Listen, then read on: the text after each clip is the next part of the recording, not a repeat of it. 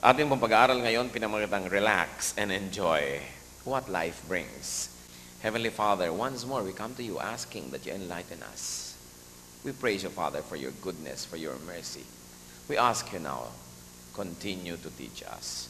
Turuan mo po kami maunawaan, napakatalino nito si Solomon. May mga malalalim siyang salita, Panginoon, na mapakahirap maunawaan, coupled with the language of the times in which the ideas were written. So we ask you, enlighten us, teach us, so we can become more like the people that you want us to be. Let your light shine upon us. We like to be like your Son, Jesus. Teach us, Father. Teach us to value life. Teach us to know what is important and what is not. In Jesus' name we pray. Relax and enjoy what life brings. Let's read Ecclesiastes chapter 6, verses 1 up to 6. I have seen another evil under the sun, and it weighs heavily on men. God gives a man wealth, possessions, and honor, so that he lacks nothing his heart desires, but God does not enable him to enjoy them, and a stranger enjoys them instead. This is meaningless, a grievous evil. A man may have 100 children and live many years, yet no matter how long he lives, if he cannot enjoy his prosperity and does not receive proper burial, I say that a stillborn child is better off than he. It comes without meaning. It departs in darkness, and in darkness its name is shrouded. Though it never saw the sun or knew anything, it has more rest than does the man, even if he lives 1,000 years twice over, but fails to enjoy his prosperity. Do not all go to the same place? Sa mga nabasa po na natin ng mga verses, 1 to 6 of chapter 6, ano-ano ang meaningless? 1, having wealth and honor, but not the ability to enjoy them. Baliwala doon na magkaroon ng kayamanan at karangalan, tapos hindi mo naman ma-enjoy. How can you not enjoy wealth or fame or fortune or honor? Sometimes people who have so much wealth or fame or fortune or power have no time. They have no appetite or no desire or passion. Alam niyo po ba yung pera, mahalaga lang yan sa mga taong walang pera. Pero pag may pera ka na, biglang nawawala na yan ng halaga, iba naman ang mahalaga. Iba naman ang hinahabol mo. Marami namang bagay, mahalaga lang pag wala sa'yo. Pag nandyan na, hindi mo na malaman kung anong gagawin mo sa kanila. So, there are people, and it's miserable and meaningless to have wealth and power and honor when you have no time, nor appetite, nor desire, nor passion. Or you don't have peace. Or you have no one to share it with. Kaya nga sabi ng isang pelikula, success is nothing without someone to share it with. Kahit nga naman yung bahay mo, punong-puno ng trophy, nag-iisa ka nakatira, parang wala man lang nagsishare ng kaligayahan mo. Bali, wala rin. And what's more, meaningless daw yung sobrang wealth, tapos a stranger can get it or inherited it. Hindi talaga literal na sinasabing meaningless, ha? Ibig kang sabihin, it's not as valuable as people think it is.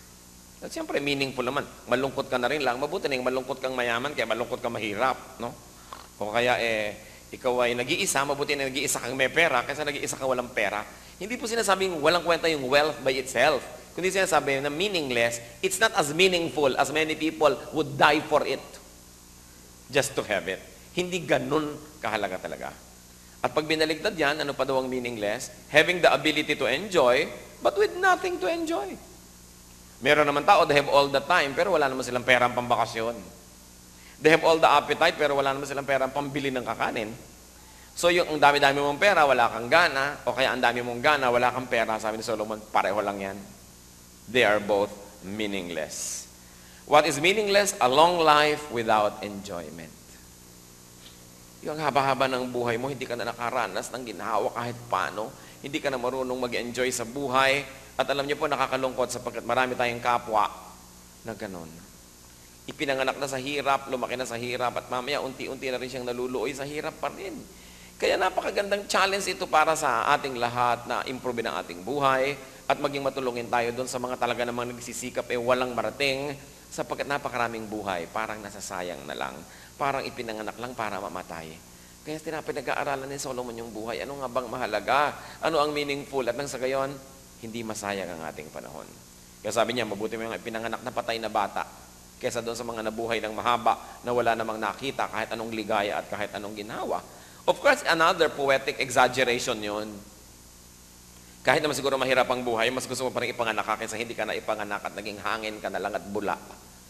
These are poetic exaggerations, so don't take them very literally. Na ibig sabihin, itatapon nyo na lahat yung bagay na sinasabi ni Solomon na meaningless. Ang sinasabi niya, meaningful yan, pero hindi naman ganun ka-meaningful na pagpakamatayan mo yung mga bagay na yan. Sa pagkumisan, sa pagpapakamatay mo para makamit mo, ang namimiss mo yung tunay na merong meaning. So let's keep on reading Ecclesiastes 6, verses 7 to 9. All man's efforts are for his mouth, yet his appetite is never satisfied. What advantage is a wise man over a fool? What does a poor man gain by knowing how to conduct himself before others? Better what the eye sees than the roving of the appetite. This too is meaningless, a chasing after the wind.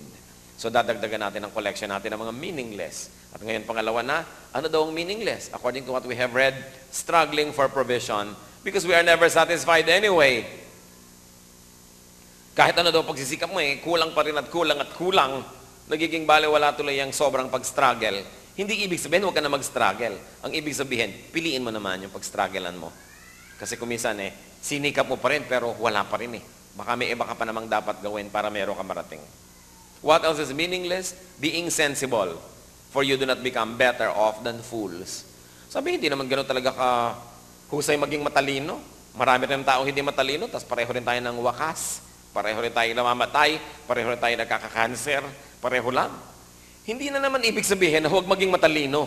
Ang ibig sabihin, hindi naman talaga ganun ka-valuable yung katalinuhan para maging ganun lang, tinalikuran mo na lahat ng bagay, lahat ng tao, at pati Diyos. What else is meaningless? Doing what is right when you are poor because you remain poor anyway. Alam niyo ba, kumisan may nagtatanong sa akin, especially mga non-Filipinos, madalas nasasaktan ako, kahit totoo. So, bakit mga Pilipino ang daming tamad?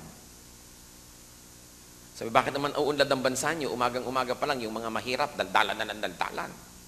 Chismisan na ng chismisan. Inuman na ng inuman. Pagkasweldo ng mga construction worker ng Sabado ng hapon, lasingan na buong Sabado ng gabi hanggang Linggo, saksakan ng Linggo ng gabi, puntahan sa PGH at pabelya pag Linggo ng madaling araw. Sabing ganon. Bakit ganyan? Anak ng anak, ang dami-daming tao na nakapaligid. Tapos daldalan ng daldalan, kwentuhan ng kwentuhan. Masakit. Totoo pero masakit. Lalo't hindi Pilipino ang nagsasabi. Kuhanin mong empleyada, mga ayaw magtrabaho, daldala ng mga dispatchadora, ang tingin sa mga bumibili, abala. Tiirapan ka pa, wala ho. Magkano to? Di nyo kaya. Para huwag na lang siyang maabala sa kanyang pakikipagchismisan sa kanyang tindera. Bakit ganyan? Dapat talaga yung mga tindera, lagyan ng salompas ang bibig maghapon. Daldalan ng daldalan, ayaw asikasuhin yung trabaho. Mga dispatchadora na pagka umu-order ka, kulang na lang irap-irapan ka, hindi ba nila alam na pag marami kang ino-order, may susweldohin sila. Yung bang mga ganyan? Totoo naman Masakit lang nga, dapat tayo na lang nagsa-self-criticism. Pag iba yung nagsasabi, masakit, defensive ka tuloy. Sasabihin ko, paano naman, magsipag man yung mga yan at gasgasin nila ang buo nilang katawan ng katatrabaho, ang ending pa rin naman, mahirap sila Kakatakas ba sila? Hirap na yan. O susweldohan mo ng minimum wage. So kunwari, sinusweldohan mo dahil actually wala naman talaga nabibili yung minimum wage. So kunwari, nagtatrabaho sila. Hindi yan justification. At sa ating mga kapwa manggagawa, dapat talaga, let's do our best. Pero ang sabi dito ni Solomon, patayin mo man ang sarili mo sa kagagawa ng ganyan. Mahirap pa lang ending. Hindi niya sinasabing huwag ka nang gumawa ng mabuti. Kundi ang ibig niyang sabihin, baka naman may iba ka pang dapat na pinagtutuunan ng dapat mong ginagawa. Kasi yung ginagawa mo, wala naman nagiging bunga para mabago ang sitwasyon mo sa buhay. Baka dapat may iba pa. You know, I am very, very careful not to misread Solomon. Kasi yung mga sinasabi niya ng mga meaningless, hindi ibig sabihin literally walang katuturan. Ibig sabihin, sobra kumisan ang ibinabayad natin sa mga bagay na akala natin mahalaga, pero sobra ang bayad kasi hindi naman ganun kahalaga. Kaya sabi niya, meaningless. At ano naman ang meaningful o better things na nabasa natin? Number 1 sa collection natin ang meaningful and better things out of what we have read. Enjoying what we have than always wanting something else. I think this is very important. Being rich is not how much you have, but how much you enjoy what you have. Ang pagiging mayaman ay hindi yung halaga ng iyong pag-aari at tinatangkilik, kundi kung gaano mo yan na-enjoy sa buhay. Kaya kahit na hindi malaki ang pera mo, enjoy mo, mayaman ka. Kesa doon sa ang laki-laki ng pera, tapos hindi naman niya na-enjoy. So ang yaman ay hindi halaga ng salapi, Ang yaman ay kung gaano mo ito nagagamit para ikaw sumaya. Para kapaglingkuran ng pera. At isang magandang turo nitong binasa natin sa Ecclesiastes 7 up to 9. Better what the eye sees than the roving of the appetite. So ano ba yan? Ang hirap na maintindihan. Ibig sabihin lang, kung ano yung nandyan, enjoyin mo at huwag kang maghanap ng wala dyan. Sapagkat kung lagi kang naghahanap ng wala, lilungkot ka na lang ng lulungkot sa buhay. Kung yan ang napangasawa mo, yan na yung nandyan. Enjoyin mo na yan, wala ka ng choice. Hindi yung, naku, sana yung asawa ko, kasing bango ng asawa ni ganon, kamukha ni ganyan, kasarap magluto ng asawa ni ganyan. Sabi nga dyan di ba? Better what the eye sees, yung nandyan than the roving of the appetite. So, enjoy what you have. And stop complaining about what you do not have. So that at least mag-enjoy ka sa buhay. Ano pa po? Let's keep on reading verses 10 to 12. Whatever exists has already been named, and what man is has been known. No man can contend with one who is stronger than he. Anong ibig sabihin na naman yan? Huwag ka nang makipagkante sa Diyos. Kung ikay ganyan na, di ganyan ka. Huwag ka magreklamo dahil ikay pango. Huwag ka magreklamo dahil hindi ka kamukha ni Judy Ann. Di ba? Huwag kang magreklamo dahil ganito lang ang height mo, o dahil ganito ka. Sabi, whatever exists has already been named, and what man is has been known. No man can contend with the one who is stronger than he. Ibig sabihin, huwag ka tayong makipagtalo sa Diyos. The more the words, the less the meaning. And how does that profit anyone? For who knows what is good for a man in life? During the few and meaningless days he passes through like a shadow. Who can tell him what will happen under the sun after he is gone? So ano naman ang mga meaningless? Number 5, arguing with God concerning who, what, and how we are. God is too powerful to argue with, and the more we talk with God on these issues, the less sense we make. Life is short and meaningless, sabi noong nagsulat. No one knows what is best for us and what will happen next. So, gusto niyo mag-enjoy sa buhay? Relax and enjoy what life brings. Enjoy your height or lack of it. No? Enjoy your width, your length, and your depth. Kung yan ang nanay nyo, hindi nyo na yun pwedeng palitan. Hanapan nyo na lang ng asset at na mag-enjoy kayo. Etong biyanan nyo, etong anak nyo, eto ang inyong sitwasyon. Merong pwedeng palitan, merong hindi. Yung pwedeng palitan, palitan. Yung hindi, tanggapin at enjoyin. Ganun kasimple ang itinuturo ni Solomon. Hindi puro ka reklamo ng reklamo tungkol sa mga bagay na wala sa'yo. Tuloy, yung nandyan, hindi mo na-appreciate. It is important. Then let's keep on reading. Ecclesiastes 7 this time, verses 1 to 14. A good name is better than fine perfume, and the day of death better than the day of birth. It is better to go to a house of mourning than go to the house of feasting. For death is the destiny of every man. The living should take this to heart. Sorrow is better than laughter, because a sad face is good for the heart. The heart of the wise is in the house of the mourning, but the heart of fools is in the house of pleasure. Kaya na naman ang mga talinghaga, baka lahat kayo magpuntahan sa Arlington Memorial, dahil house of mourning, tas ayaw nyo na mag-party kahit kailan, ayaw nyo na mag-birthday, maghunos dili muna kayo, hintayin natin ang mabasa pa. It is better to heed a wise man's rebuke than to listen to the song of fools. Like the crackling of thorns under the pot, so is the laughter of fools. Ano na naman tong like the crackling of thorns under the pot? Yun daw yung lamang pag-aapoy, under the pot, under the stove, Yun lang daw tunog ng nasusunog na kahoy. Ganun lang ang tunog ng mga nagtatawa ng mga hangal. This too is meaningless. Extortion turns a wise man into a fool, and a bribe corrupts the heart. The end of a matter is better than its beginning, and patience is better than pride. Do not be quickly provoked in your spirit, for anger resides in the lap of fools. Do not say, why were the old days better than these? For it is not wise to ask such questions. Wisdom, like an inheritance, is a good thing, and benefits those who see the sun. Wisdom is a shelter, as money is a shelter. But the advantage of knowledge is this, that wisdom preserves the life of its possessor. Consider what God has done. Who can straighten what he has made crooked? When times are good, be happy. But when times are bad, consider. God has made the one as well as the other. Therefore, a man cannot discover anything about his future. Ayan, nawala ng hanap buhay ang mga fortune teller at horoscope makers. Sinabi na, a man cannot discover anything about his future. So ano na naman ang mga meaningless sa collection ng ating binasa? Meaningless number 6, asking why everything is worse than it used to be. Sabi ni Solomon, useless yan. Yung bang, you're always looking for the good old days, the good old days. Bakit nung araw, the good old days, ngayon ganito na. Ganito na ngayon, tumigil ka na ng kaiisip nung araw dahil tapos na yun. Why everything is worse off than it used to be. What else is meaningless? Trying to change what God has done. Verse 13, sabi, if God makes something crooked, can you make it straight? Anong nakikita natin dito mga kapatid? Dapat nating mapaglimi-liming, mapag-aralan. Alin ba yung talagang ginanya na ng Diyos? So huwag mo nang baguhin yan. Halimbawa, paano mo, pastor, ganito ang pangako? Pwede ko ba itong dalhin sa doktor at papalitan? Napakahirap naman na yung tanong. Diba? Papalitan ko ba itong ginawa ng Diyos? Kasi iba nagagalit, Diyos ang naglagay dyan. Bakit mo papalitan? Ba't yung kuko nyo, ginugupit nyo? Hindi, pahabain nyo na rin niya dahil nilagay yan ng Diyos. So, alin ang dapat at alin ang hindi? I think, dapat nating maisip. Yung pwedeng ma-improve, yung pwedeng palitan na hindi mo nung ibinibenta ang kaluluwa mo kay Satanas, hindi ka napapahamak, hindi ka nakakasakit ng kapwa, keep improving. But there are things that just have to be accepted. May mga bagay na dapat tanggapin. At habang tinatanggap natin ng mas maaga, mas nagkakaroon tayo ng ligaya sa buhay. That is meaningless to try to change what God has done. What is meaningful or what are better things? Number 2, a good reputation at the time of death. Mahalaga daw yun. Yung ikaw yung mamatay na mabango ang iyong pangalan.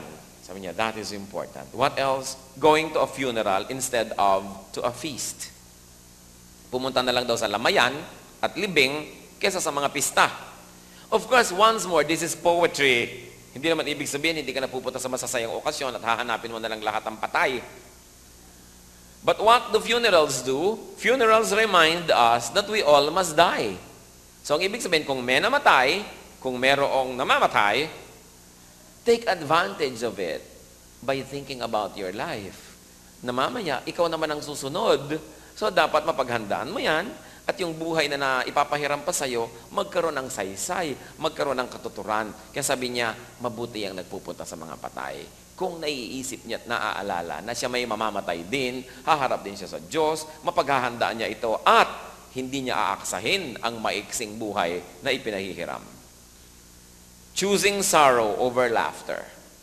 Sabi ni Solomon, mabuti yan. It is meaningful.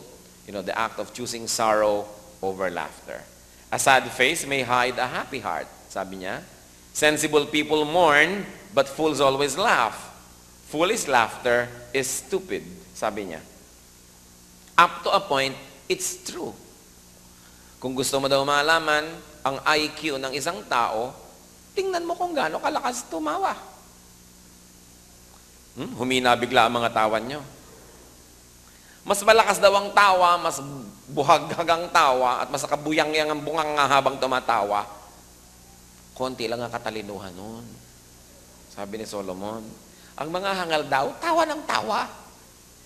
Pero yung matatalino daw, madalas ay hindi tumatawa sapagkat nakikita nila ang mga bagay-bagay at nalalaman nilang napakadaming dapat ipagluksa sa balat ng lupa. Ngayon, pumili kayo. Gusto niyo bang matalino kayo? O tawa kayo ng tawa? Kaya kumisa nakakarinig ka sa mga ina, kinakausap ang kanilang anak na binata. Anak, yung nililigawan naman kung makahalpak ng tawa, napakalakas. No? Mga mukhang hindi siya matalino, anak. Alam niyo naman, the empty can strikes loud. Diba? Yung latang walang laman, pag nalaglag, ang ingay, yung puno, tahimik. Hindi naman laging ganun. May mga matalino rin naman kung minsan malakas tumawa. Pero siguro mga 99%. Pag napakalakas tumawa, magduda na kayo. Pigil na pigil tuloy ang mga tawa nyo ngayon. Exempted muna ngayon, ilabas yun na ang natural. Totoo naman yung mga taong hampasan ng hampasan sa kalye, mga babaeng, ha ha ha ha, yan yung mga hinahabol ng lasing. Yan ang tinatahulan ng aso. At kung may kasamang lalaki, yung mga kasamang lalaki niya napapahamak. Dahil sa kalakasan tawa ng mga babaeng ito, nakaka-attract sila ng wrong attention, nasisipulan, nasasabihan ng mga malalaswang salita. Yung kasama naman nilang lalaki, magsusuperman, ipagtatanggol ang babaeng. Dapat yung itulak sa imbornala talaga naghahanap ng gulo. Sa katatawa na lang, naghahanap talaga ng gulo. Diba? Napapahamak tuloy ang tatay o kuya o asawa dahil hindi marunong mag-conduct ng sarili. Kaya sinasabi dito ni Solomon, yung sobrang malalakas na tawa, pagdudahan. Ano pa daw ang meaningful? Aside from choosing funerals over mga kung ano-anong mga party, harsh correction than praises of fools.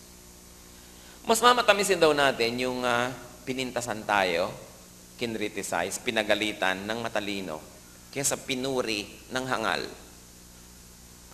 Pag may matalinong tao at pinagagalitan kayo, pag mayroong accomplished, successful, advanced, well-evolved tao na kayo'y kinikriticize at kayo ay sinasabing, mali ito, tama ito, ganyan yan, dapat kayo magpasalamat, dapat pa nga kayo magbayad ng matrikula dahil kayo natututo.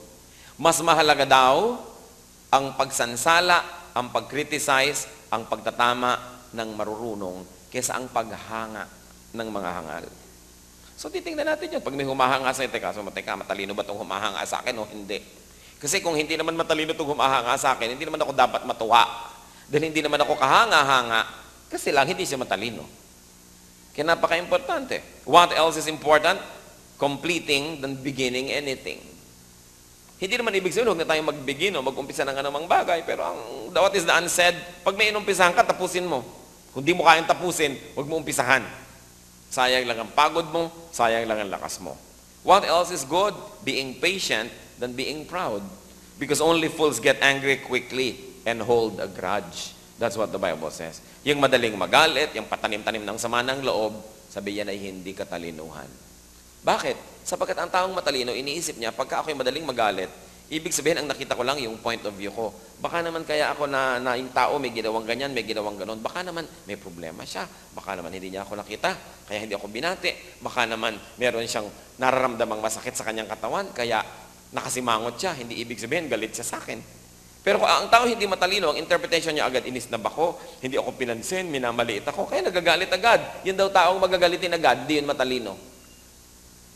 Kasi hindi niya kinakapa, hindi niya iniisip, hindi niya kinoconsider ang kalagayan ng kanyang kapwa.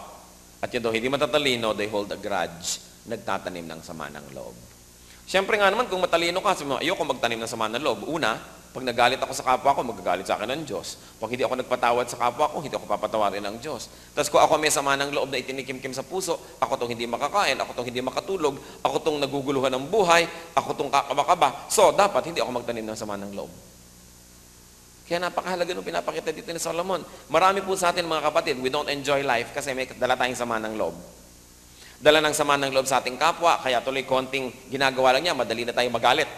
Kasi meron nang nakikimkim dito, madaling mapuno dahil may naipon na eh. Isang patak lang, puno na.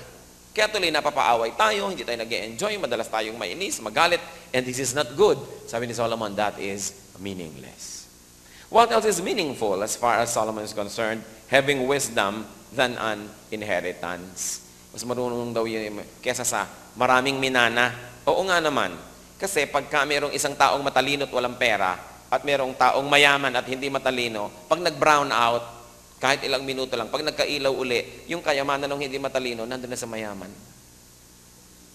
Sabi kaya mas mabuti na ikaw ay may karunungan kaysa sa ang iniisip mo lang, magmana ka ng magmana ng pera o puro pera lang. Sapagkat ikaw may magkaroon ng maraming pera, kung hindi ka marunong, hindi mo yan ma-maintain.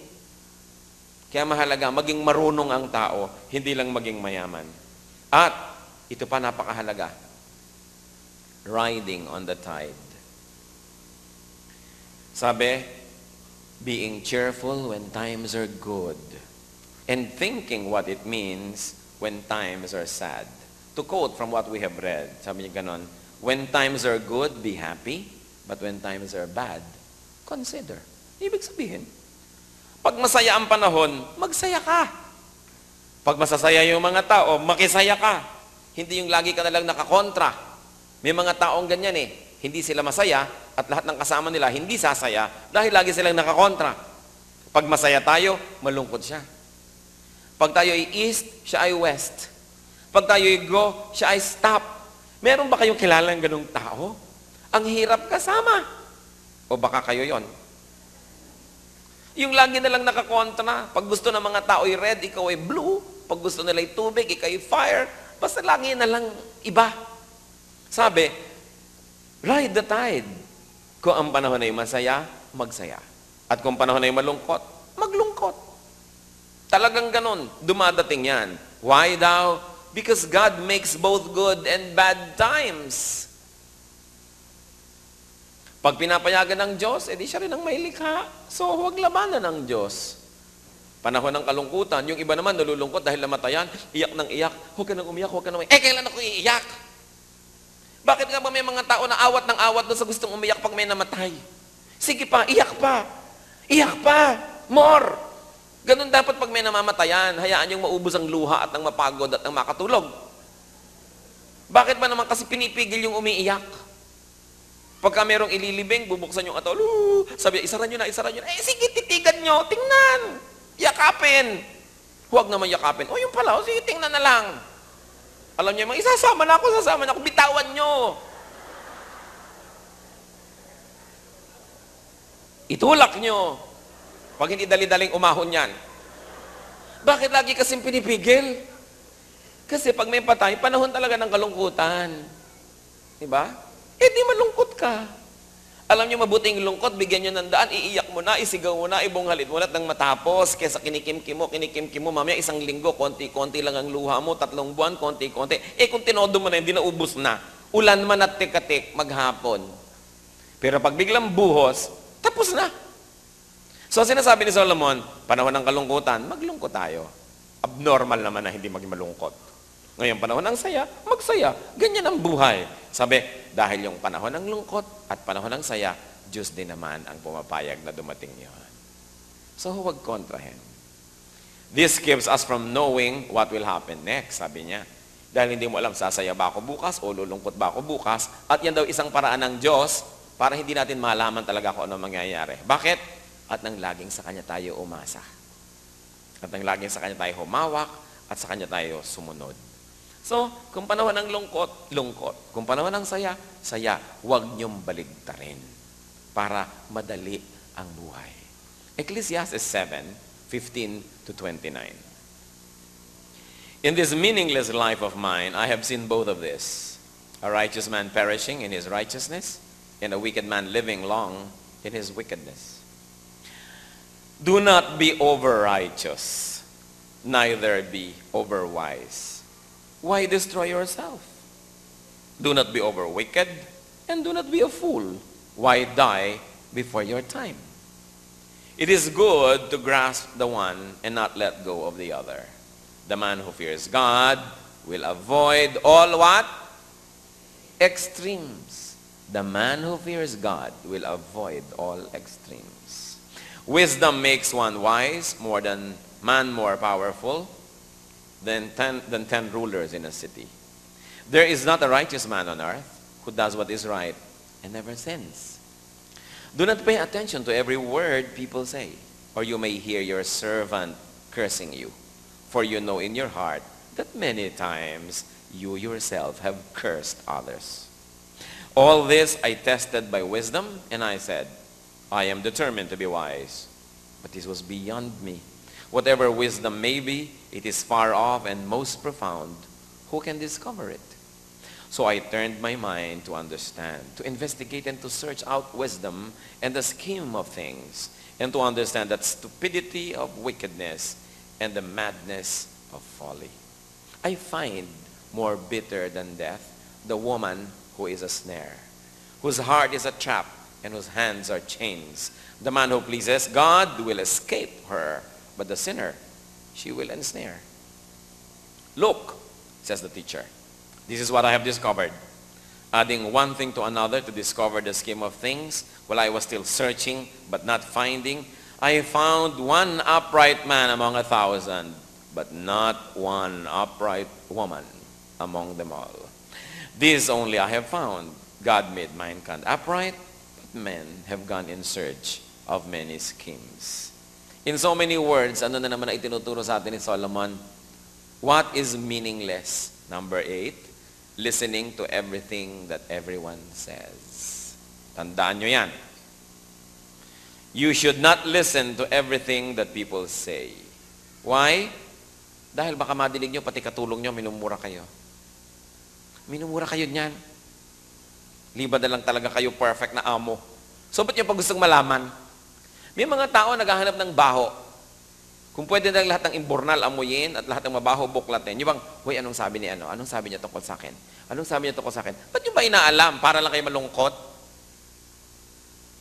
Bakit nyo gustong malaman? Sabi ni Solomon, don't listen to everything that everyone says. Because you will only hear people cursing you.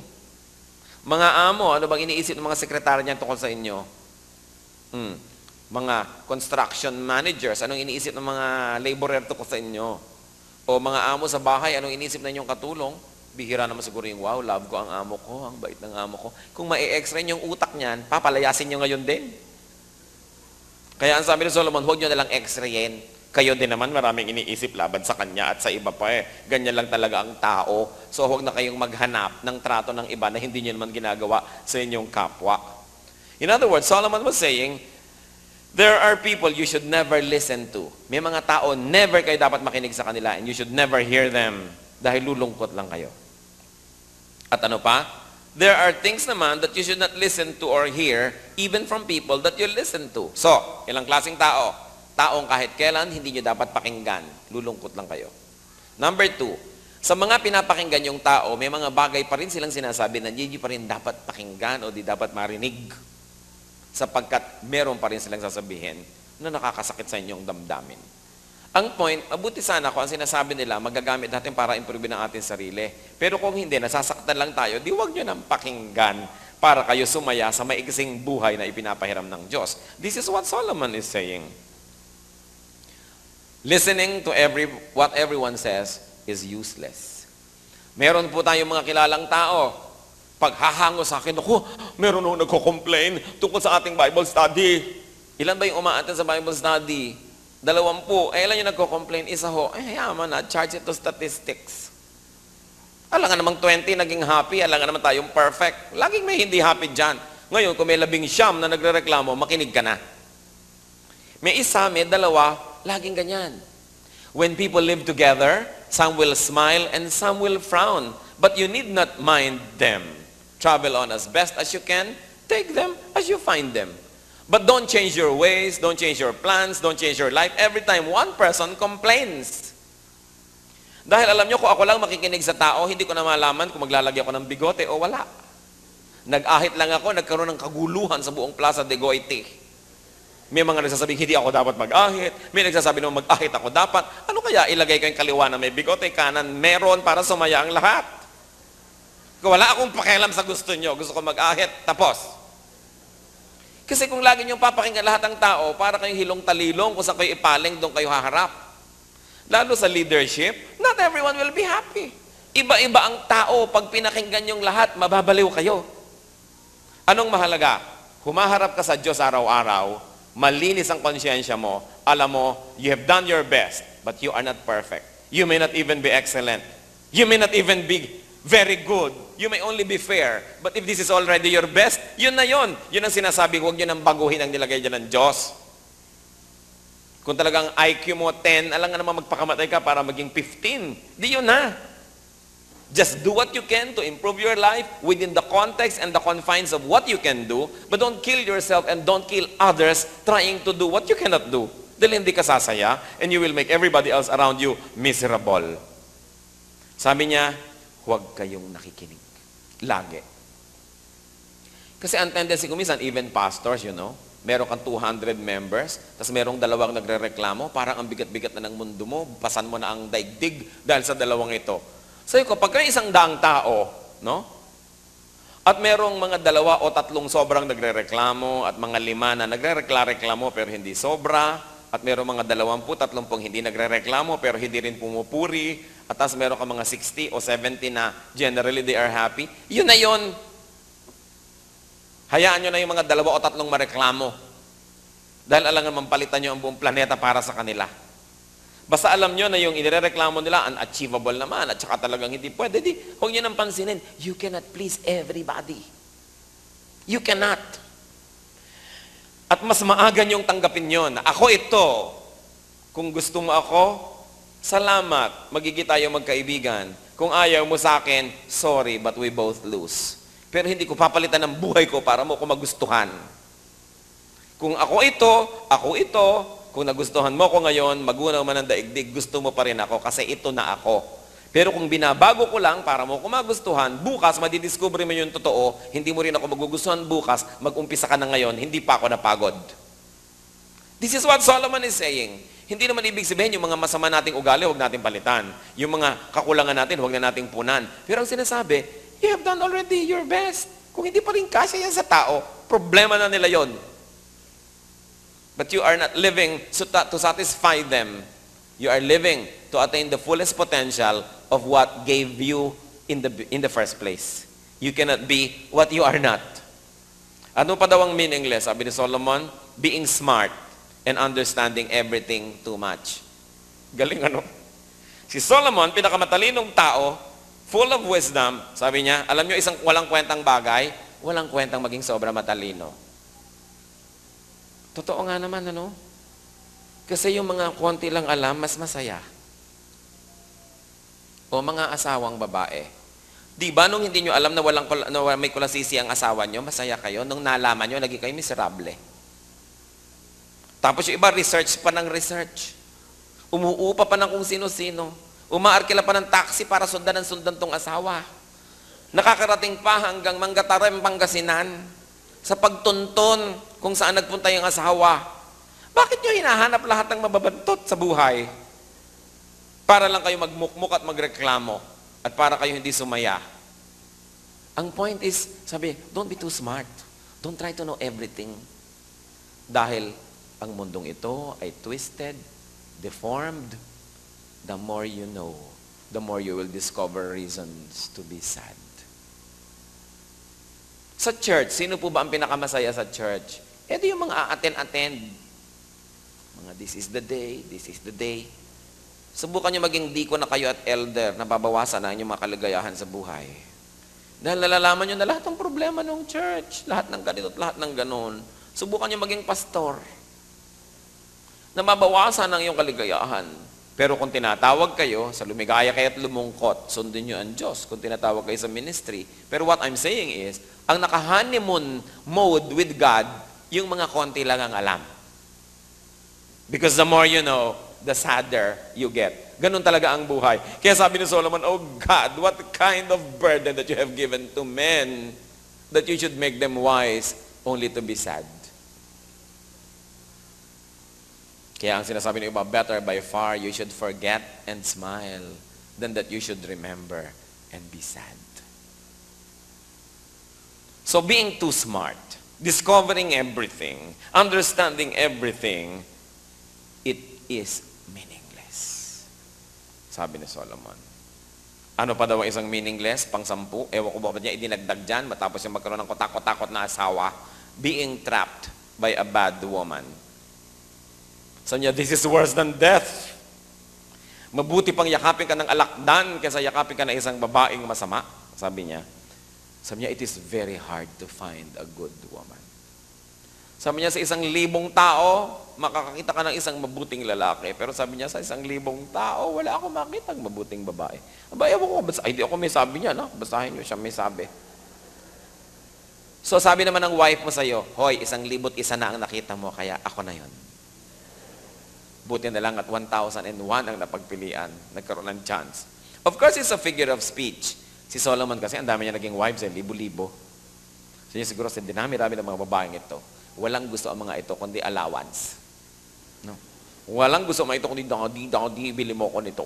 No? Na-realize na niya yon. Na hindi naman sumasama sa kanya dahil mahal siya. No? So, nakita niya sa kanya, being trapped by a bad woman. Now, what else is meaningful as we have read? And this is important, brothers and sisters. Keeping to the middle of the road. Sabi niya, do not be too good. Baka akala nyo, iniimbento ko. Ecclesiastes 7:20. There is not a righteous man on earth who does what is right and never sins. Sabi niya, huwag ka nang masyadong righteous. Tama na yung righteous ka, pero not over-righteous. Do not be too smart. Sabi niya ganon. In other words, what is Solomon saying? Do not be a perfectionist. Yung iba naman, perfectionist. May dadalhin sa church, hoy, pag nandun, ha? Huwag kang magsasabi ng mga four-letter words, ha? Tsaka huwag na huwag kang maninigarilyo, ha? At tsaka, ang isuot mo yung conservative, ha? At tsaka ganito, ganyan. Sabi, huwag na nga ako sumama.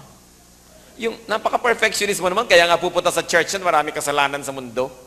Huwag lang kaming ihawa at huwag lang niya ipaghalandakan. Welcome naman siya, hindi niya kailangan mukhang madre o mukhang monk para dumating sa church. Kaya nga nagpupunta sa church yung tao, may problema eh. Alam nga namang pinagpapanggap mo na siyang perfect para siya maging welcome. Eh kung perfect na siya, hindi na niya kailangan ng church.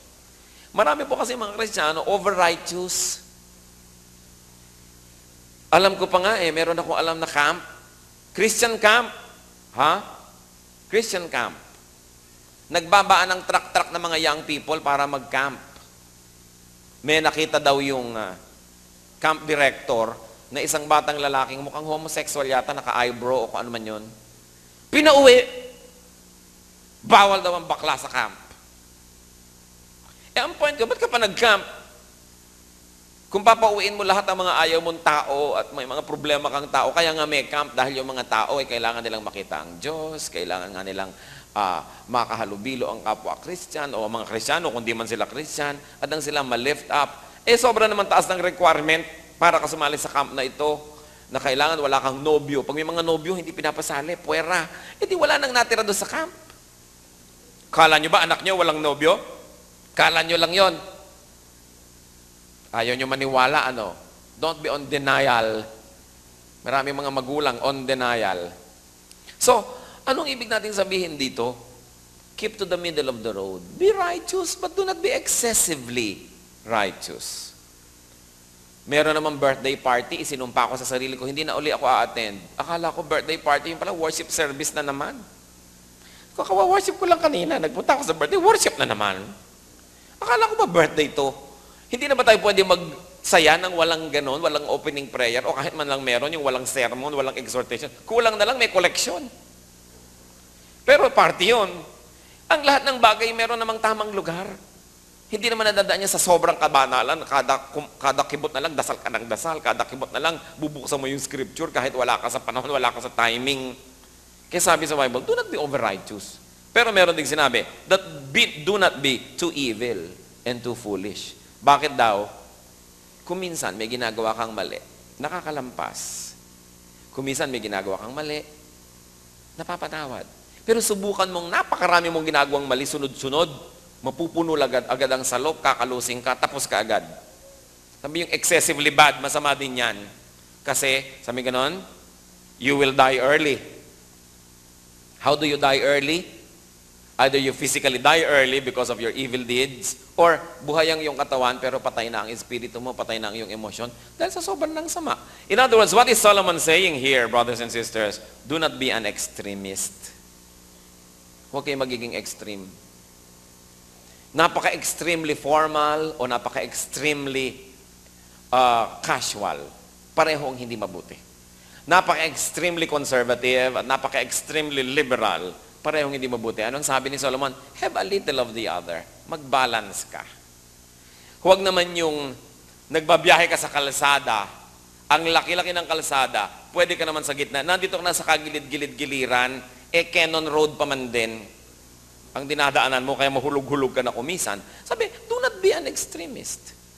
Yung mga ibang magulang, sobrang istrikto. Meron naman sobrang luwag. Merong sobrang tipid. Meron namang sobrang gastador. Ang lahat ng yan, sabi, walang kwenta. Have a little of both, timplahin mo yan. Pero hindi naman sinabing have a little of sin and a little of goodness. No? Baka yan naman ang pagtimpla-timplahin nyo na ganun. Ang point is, tanggapin mo that you cannot be perfectly holy. And do not impose that perfection on others. Their best should be good enough. Why should we make life so miserable for everyone? At ang pang-sampu pa na meaningful, obeying God. Sabi niya, a man can escape the trap of an evil woman if he obeys God. Siguro dalang-dala itong si Solomon sa mga women of his life, hindi natin alam. But the point is, sabi niya, when you obey God, evil men cannot entrap you. Baligtarin din natin kasi totoo rin yun eh. Parang salamin, laging kabaligtaran, totoo rin. Obey God and no evil man can entrap a woman. Pareho lang dapat nag-o-obey sa Diyos. In other words, let's try to make sense out of this kasi ang dami nating binasa. Tapos habang nagbabasa ka, hinihiwalay mo yung meaningful tsaka meaningless. Kung minsan nakakalito. So what do we get here? I like to highlight on a few important things. Ang gusto nang sabihin ng libro, relax and enjoy what life brings. How do you do that? One, find ways and means to enjoy what God gives you. If God gives you wealth or honor or whatever, enjoy it. Enjoy what God gives you. Do not always withhold pleasure. Merong mga tao, hindi nila ine-enjoy ang binibigay ng Diyos. May magandang bahay, doon nakatira sa likod. May magandang kusina, ayaw gamitin, doon sa dirty kitchen gumagawa. May ang gandang upuan, ayaw upan, tinatakpan ng plastic, at doon nakaupo sa kung ano-ano mga bangko. Sabi, enjoy what God gives you. Ano pa? Enjoy what is there. Do not fret for what is not there. Do not always pine for the good old days, the good old days. Sabi nga ni Percy Bysshe Shelley, we look before and after. We look before, we look after, and pine for what is not. Ang hinahanap natin yung hindi ito, kundi yun, kundi yun. We look before and after and pine for what is not. Our sincerest laughter with some pain is fraught. Our sweetest songs are those that tell of saddest thought. How profound this Percy Bysshe Shelley. So huwag daw tayong ganun. Huwag niyong hanapin yung wala. Yung nandyan, enjoyin. What else? Accept and be happy with yourself. And do not argue with God for what He made you. And also, accept others for what they are. Maraming wives are not happy because they have not learned to accept their husbands for what they are. Likewise, many husbands are not happy because they are trying to force their wives to be what they are not. Maraming anak ang malungkot dahil pinipilit sila ng nanay nila maging first honor. Eh talaga namang pang 45th honor sila in a section of 46 people. Anong gagawin mo sa batang ito? Papatayin mo para ka makaakyat sa entablado? Di ba? Inspirean sila, turuan, make them do their best, pero kung yun na yun, tanggapin. Hindi ka pwedeng maging iba. Ikaw yan, may assignment ang Diyos para sa'yo. Kaya ka ganyan. Ano pa? Ride on the moment. Be happy when times are happy, sad when times are sad. In other words, sumakay, huwag lumaban sa agos. Maliban na lang yung agos, immorality. Hindi yun ang pinag-uusapan natin, kundi yung agos ng panahon. And do not fear sadness. It brings reflection, it brings wisdom, and probably it brings reflection onto happiness. Saka iisip mo, na-discover mo ang buhay, sumaya ka tuloy, pero nag-umpisa muna sa kalungkutan. Do not try to know and hear everything, especially what people say about you. Lulungkot ka lang when you hear what people say about you. What's important is what God says about you. Kaya huwag mo na lang laging hanapin yan. Ano pa? Be moderate in everything. Do not be perfect. You cannot be. Do not even be perfectly good. You cannot be. So napaka-importante, sumakay sa panahon, sumakay sa agos. Because God is good. Even times of sadness were made by Him. So anong message sa atin ng Ecclesiastes? Kung hindi natin masabi natin kung bakit talagang pwede nating sabihin, ang buti-buti talaga ng Diyos. Pati ba naman itong maliliit na bagay na to, inilagay pa niya sa Biblia para ako sumaya? You know, God is so good. At ang sinasabi ng ating binasa, relax and enjoy what life brings. Let's bow before the Lord and pray. Anong sagabal para tayo makapag-relax at mag-enjoy sa buhay? Baka ang sagabal yung ating goal na yumaman baka mamatay ka na, hindi ka pa yumaman, hindi ka nasasaya. Kaya kailangan, kung ano yung nandyan, learn to make the most out of it. Let's spend some time with God. Ilapit natin ang ating puso. Kung hindi kayo nakarelax, siyasatin nyo, pasiyasat kayo sa espiritu, ba't hindi ako relax? Bakit ako tense? And if we're not enjoying life, magtanong-tanong din tayo, bakit nga ba? Dahil gusto ko perfect, dahil ang dami kong requirement, ang dami kong hinihingi. Hindi naman makakarating yun, so hindi na ako mag-enjoy kahit kailan. The Lord likes you to enjoy life. Pinahiram tayo ng buhay ng Panginoon para maging tayo masaya. Hindi tayo para maging malungkot. So siyasatin natin kung ano ang mga iniimbento nating pabigat sa ating buhay. At isuko natin yon sa Diyos. Especially yung mga disappointment with yourself. Bakit ba ako ipinanganak na mahirap? Bakit ba ako ipinanganak sa pamilyang ito? Bakit ba ako ganun? Useless ang ganitong mga pagtatanong. But make the most out of everything.